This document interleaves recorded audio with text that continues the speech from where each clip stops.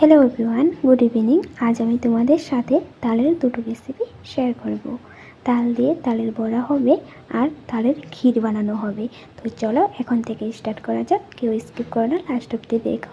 আর কেউ যদি আমার ভিডিওটা দেখছো তো প্লিজ আমাকে একটা ফলো পাঠিয়ে ভিডিওটা লাইক শেয়ার করে দিও, আর কমেন্ট করতে ভুলবে না রেসিপিটা কেমন লেগেছে। তো চলো এখন রেসিপিটার কথা বলা যাক।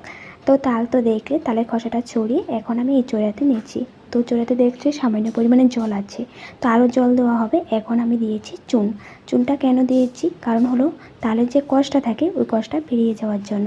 তো এখন চুন দিয়ে ভালো করে তালগুলোতে উপরে উপরে মাখানো হচ্ছে। তারপর আরেকটু পরিমাণে জল দিয়ে ঢেকে রেখে দেবো 1 ঘন্টার জন্য। 1 ঘন্টা রেখে দিলে কাফি।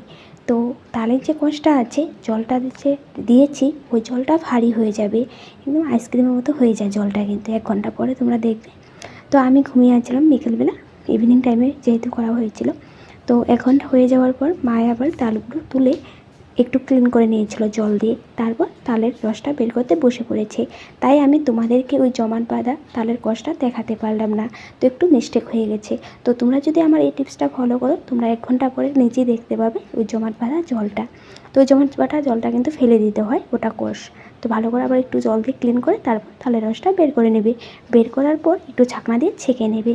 তো এখন তালের রসটা কিন্তু 2 ভাগে করে রাখা হয়েছে। 1 ভাগে হলো তালের ক্ষীর হবে আর 1 ভাগে হলো তালের বড়া হবে। তো তালের বড়া করার জন্য মা 1 কাপ সুজি দিয়েছে, 1 কাপ চিনি দিয়েছে। এখন ভালো করে মিশিয়ে দিচ্ছি সুজি আর চিনিটা গলে যাওয়ার জন্য।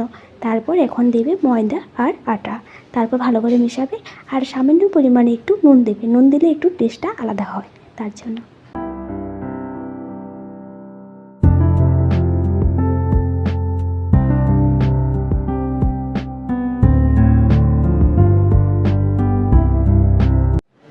দেখো বন্ধুরা, মা কি সুন্দর করে মেখে ঢেকে রেখে দিয়েছিল 10 মিনিট মতো।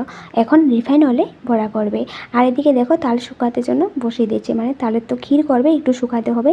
যত শুকিয়ে তালের ক্ষীরটা করবে ততটাই টেস্টি হয় খেতে।